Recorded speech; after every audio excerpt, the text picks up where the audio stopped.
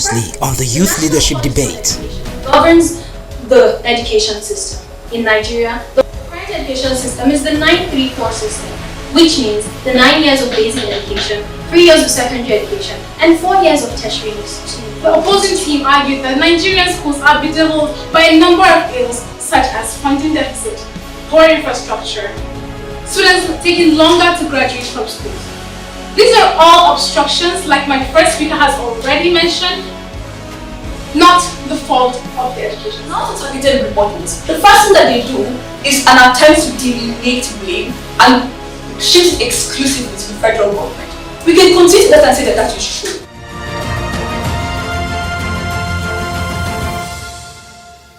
The NSAS protest of 2020 threw up several issues in Nigeria, one of which is the position young Nigerians have in the nation's polity. Although the main reason for the protest is to bring an end to police brutality, extortion, and extreme high-handedness by corrupt police officers, NSAS birthed a new era of advocacy for youth's political participation and inclusiveness in governance. Without a doubt, the youth segment of every population is the most vibrant, and economists have, over time, described them as the catalyst for development and progress. So, it is only normal for every country that desires progress to put in place structures for youth development. But this is not often the case, and that is why programs like the Youth Leadership Debate are organized to give young people the platform to Sorosoke, to literally speak up in advocacy for good governance and youth participation in government. Now, is the advocacy for youth's inclusiveness in governance about just attaining power? A curious look at the history of Nigeria's politics shows that Nigerian youths have always been in the corridors of power since pre-independence and post-independence, both in the military and civilian regimes.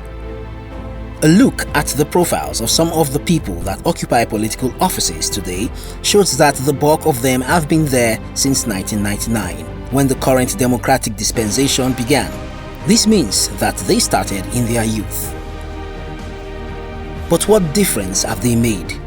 Have they been able to curb the cancer of corruption ravaging the nation?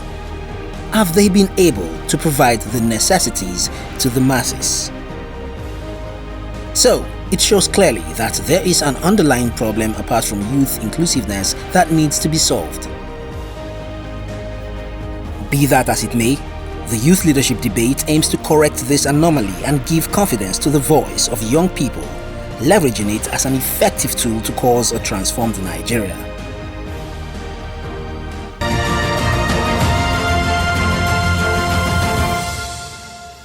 Now, I know you have been left puzzled about which teams have made it through to the grand finale.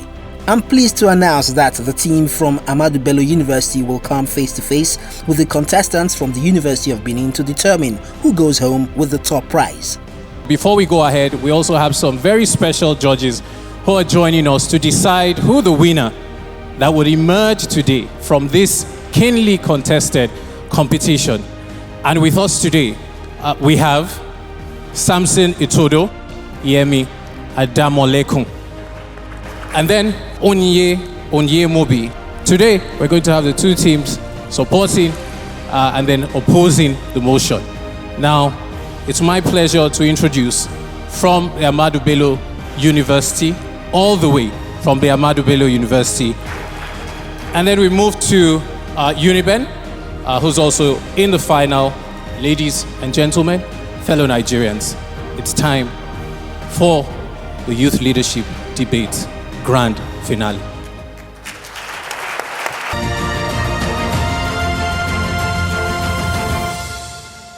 There's a huge innovation gap on the continent. You have young people who are talented and largely driven by passion, who go into starting enterprises without the requisite skills, knowledge, resources, relationships to be able to take them sustainably. We couldn't sustain the programs we did. We lacked financial capacity. It was just at the point where I was almost going to stop the idea.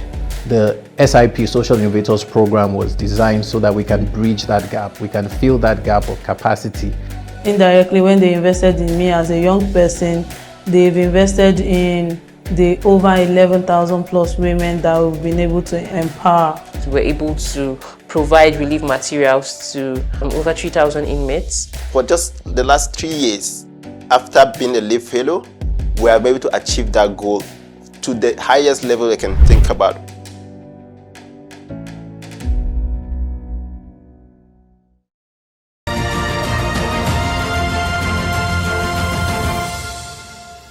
Jafaru Amina, the lead speaker from Ahmadu Bello University, was first to the podium, and putting up an argument in support of the motion takes us back in time to important moments in history and how government policies are a reflection of good leadership.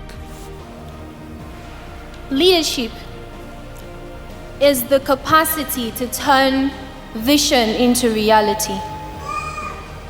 And vision is not about today, but tomorrow. Distinguished guests, ladies and gentlemen, my name is Amina Jafar from Ahmadu Bello University, Zaria, and I stand to present the case. Transformative leadership comes from the government and not the citizenry. James McGregor Burns in 1978 defined transformative leadership to be the association of a leader and a follower to assist each other and evolve to a degree of success.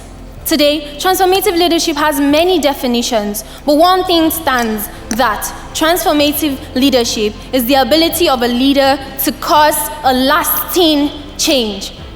The government is what is capable to cause lasting change, and I will tell you why. Active citizenship is the active participation of a citizen under the law. Let me take you a little back in time. After World War II, 51 countries came together. In 1945, what happened? The United Nations was formed. The United Nations Transformative Leadership Framework is transformational at all levels, and the mission is to support and achieve lasting change. Now, in June 2012, the United Nations did something very incredible. They came together in turn and formed the Sustainable Development Goals. This says a lot about what the government can do in creating a lasting change. Today is the Independence Day in Nigeria. And I'm sure we know that citizens fought to achieve independence. But one thing was clear with these citizens. They knew that for them to be able to fight for the freedom of their people, they had to form a government. And the government was formed, and today we enjoy 62 years of independence. I'd like to tell a story about the situation that happened some years ago in Zamfara State, precisely in Anka local government. They were suffering from lead poisoning and people were dying. Hamzat Lawal, a Nigerian like myself, decided to use his voice to amplify the problem, and the government immediately responded. Hamzat knew he could make change in the system, but he knew that transformating change that would last longer could only be done by the government. In conclusion, I would like to make it clear that I do not disregard the fact that a citizen can make change, but it is important to know the resources needed to make change. And to make change, you need power, and the government has this power. Long-lasting change is the core of transformative leadership. Anyone can create change, but long-lasting change needs to come from a place where you can get every resource you need to get what needs to be done. The government is going to bring transformative leadership.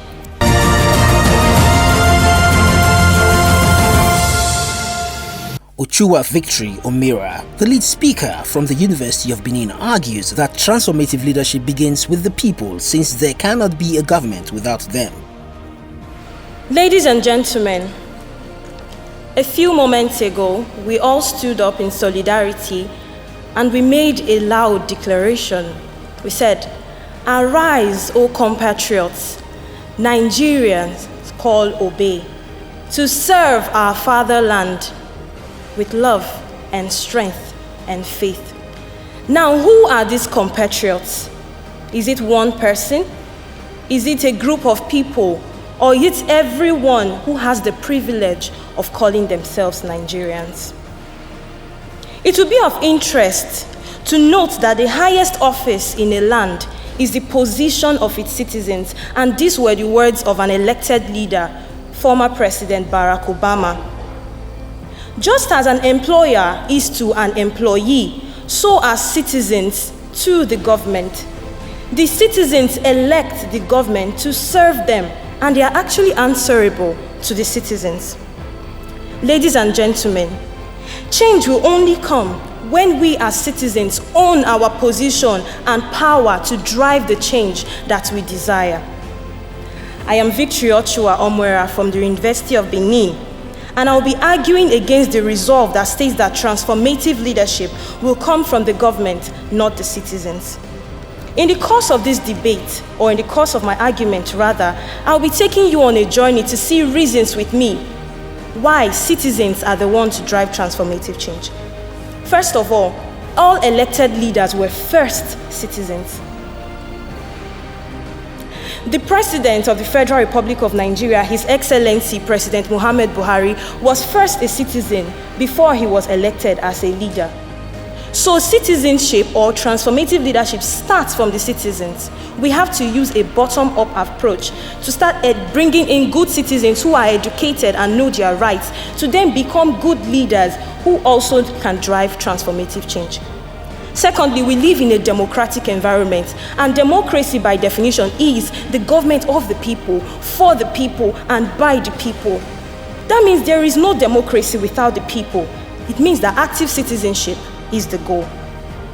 Third, transformative leadership is engaging others in an ethical manner to generate positive and lasting change. Ladies and gentlemen, where in this definition did I mention the government, or where in this definition did I mention a position? Leadership is not a position, it is an action. Look at the case of Martin Luther King Jr.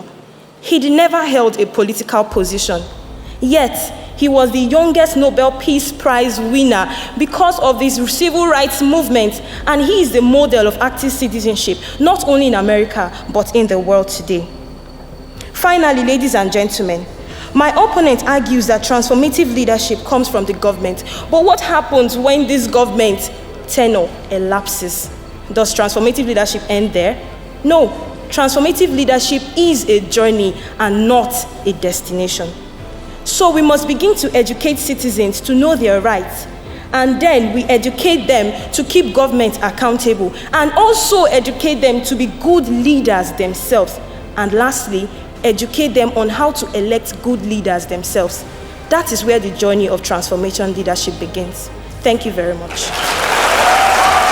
Usman Abubakar, the second speaker from Ahmadu Bello University, then comes up with a rebuttal. He argues that government is just about democracy, so his opponent's points may not apply in all cases. The first speaker from the opposing side argued that what happens when the tenure of the government ends? Governments usually carry out their tasks using policies. These policies don't stop when the tenure of a particular government ends. The policies continue. So there is nothing about discontinuity in governance. Let us remember that the government is not a body of one person, but rather a body guided by policies directed to direct every sector for transformative leadership. We can all agree that major transformations that have happened in the world have been more through people in government than out of it. Examples include events of the 20th to 21st century, such as the ending of the World War II in 1945, launching of the first artificial satellite in 1957, and the first landing on the moon in 1969, among many others. These are transformative changes, and they definitely need all the resources they can get from the government to be able to execute these transformative changes. Transformative leadership is more conveniently and effectively executed by the government than by citizens. The current security challenges that is currently bedeviling this nation can only be addressed by the government, which has resources such as the military at its disposal. While there are citizens that have made attempts to cause changes in their various communities, governments have the biggest capacity and resources to make transformative change at scale. There is no doubt that citizens have their role to play in the development of their nation, but transformative leadership, which is for change and major reforms, will come from the government and not the citizenry. Thank you very much. Now, Emmanuel Oko, the second speaker from the University of Benin, gave a counter-rebuttal. He argues that only the citizenry can make things right when leadership turns sour.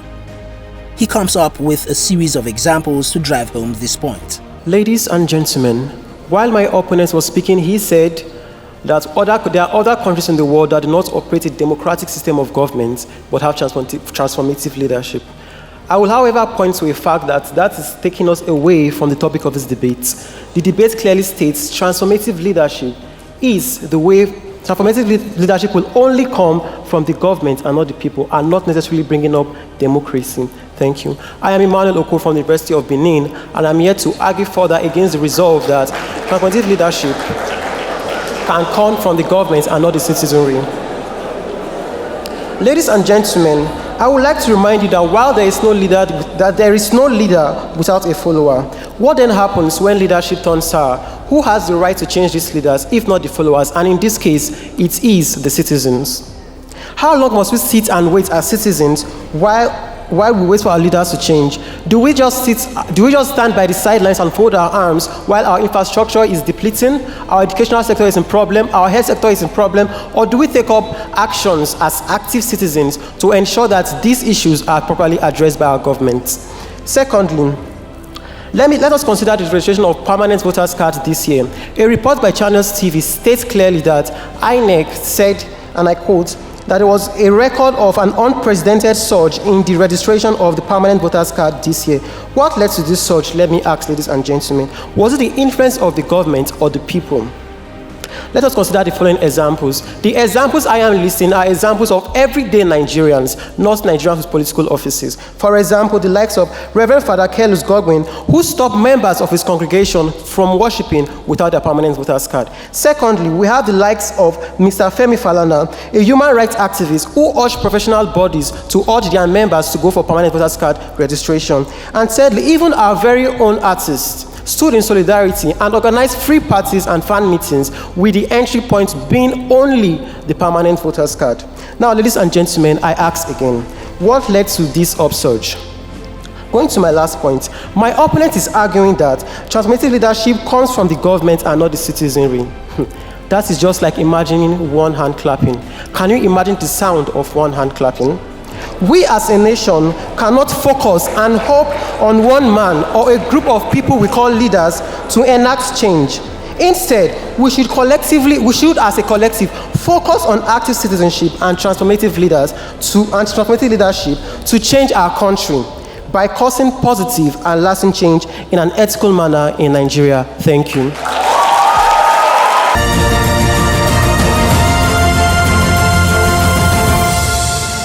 One last chance for the debaters to aim a shot at the 1.5 million naira grand prize. This is perhaps the most important 1 minute these contestants have ever had. First up is Jafaru Amina from Ahmadu Bello University with her closing argument. The opposition stated that involving the monarchy is removing us from the premise of this debate. But if I am correct, we're talking about government and the systems of government. And what is the monarchy? Is it not a system of government? The opposition also said that, can you imagine the hands of one hand, or can you imagine the sound of one hand clapping? Meaning, and he equally went further to say that we cannot focus on one man to enact change. And that is a fallacy, because the government is not made up of one man, but a body of people and governed by a policy. Ladies and gentlemen, it is a pleasure to be here. But I didn't come here to disregard the power of a citizen. I didn't, and never did I say that the citizen does not hold power. I in fact gave an example with Hamzat Lawa, but the opposition clearly disregarded the power of the government. Now, Ochuwa Victory, knowing there is absolutely no room for profligacy, made the most of 1 minute to leave the audience in raptures. Ladies and gentlemen, yes, it takes two hands to clap, but it takes even more to make a loud ovation.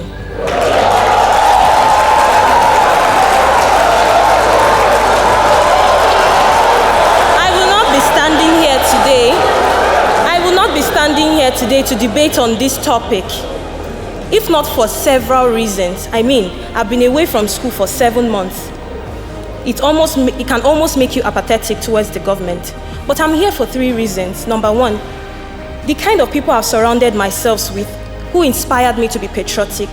Number 2, the kinds of trainings I've received from patriotic citizens. And number 3, the good citizens who gave me this platform to state this case. Among these reasons, ladies and gentlemen, among these reasons, did I ever mention the government? No. Ladies and gentlemen, all I'm saying is that active citizens, we should own our power and hold our government accountable.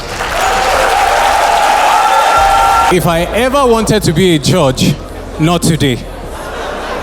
No, not today. Never today. And so, our judges have quite a Herculean task today. Do you agree?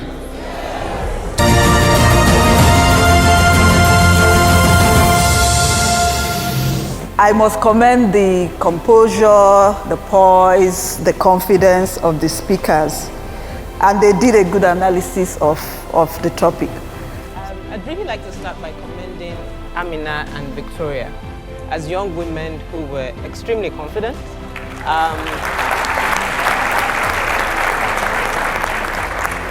Carried themselves with great poise in communicating and articulating their thoughts and responding as necessary. Really very proud of you guys. Very well done. I also want to commend Usman, who started a bit flustered, but bounced back and was able to continue with the arguments that he had prepared as opposition. Well done. Thank you very much for telling Nigerians and for demonstrating why the government needs to ensure ASU goes back to the classroom. There are people who sit in positions of power who don't inspire us. And I tell you, you guys have inspired me and inspired us. So thank you. Thank you very much.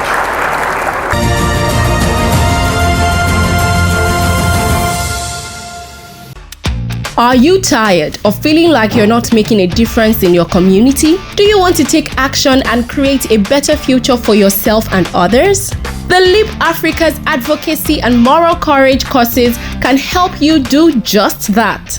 Our free advocacy course will guide you on how to participate in critical issues and how you can make a difference, while the e-integrity course on moral courage will equip you with the tools to address corrupt practices within your community. Use coupon code LEAP@20 to access e-integrity at a 30% discount. With our courses, you'll gain the skills and knowledge you need to be a force for positive change. Sign up at learn.leapafrica.org and start your journey towards making a difference today.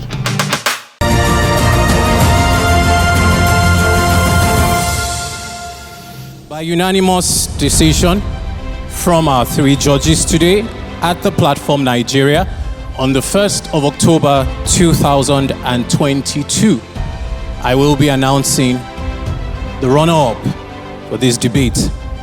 Started on the 3rd of August, and here we are on the 1st of October. Distinguished ladies and gentlemen, fellow Nigerians, runner-up going home with a prize of 1 million naira is the Ahmadu Bello University.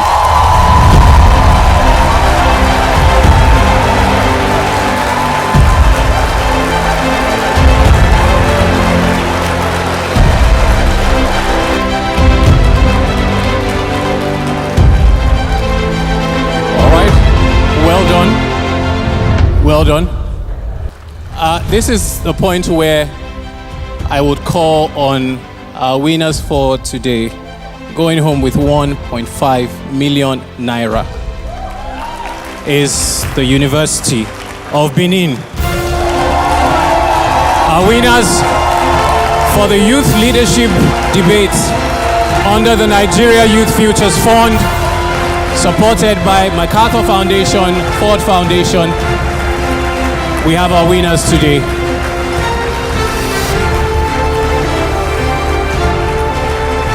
Second runner-up Thank you. Well done. Well done. Thank you. Thank you. Well done. Okay. Thank you so much. Thank you very much. Well done. Ahmadu Bello University. Well done. Well done. Well done. All right. Nigeria, there you have it. Our winners for today, all the way from the University of Benin. Congratulations. Congratulations.